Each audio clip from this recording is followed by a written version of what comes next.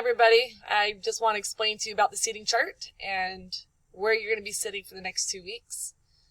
Seating charts are way helpful when it comes to taking attendance quickly and allowing you a partner to review and bounce ideas back and forth. So I mix up the seating chart really almost every 2 weeks. So you'll have lots of opportunities to get to know people. Okay?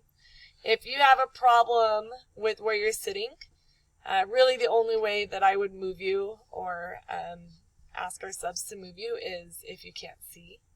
Other than that, you can be kind and respectful and get to know other people. Okay. All right, so this is your seating chart.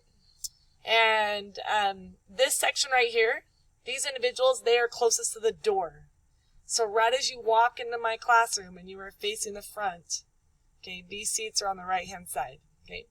So for the sake of the purpose of the classroom, what would that be? East, west, south. So it's the north side. The north side of the room, the door that exits the classroom, that's where these people are. So Madison, you're going to be right by the light switch. Okay. And then next to you is Trevin. And then we work our way up. Camden, you were by, kind of like the window, fire extinguisher type of thing. And then Stephanie right next to him. And then Charles and Holt.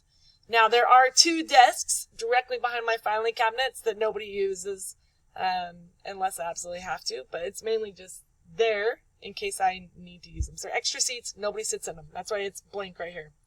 All right, here's my front row peeps. Okay, the 3 of you. Woo, woo.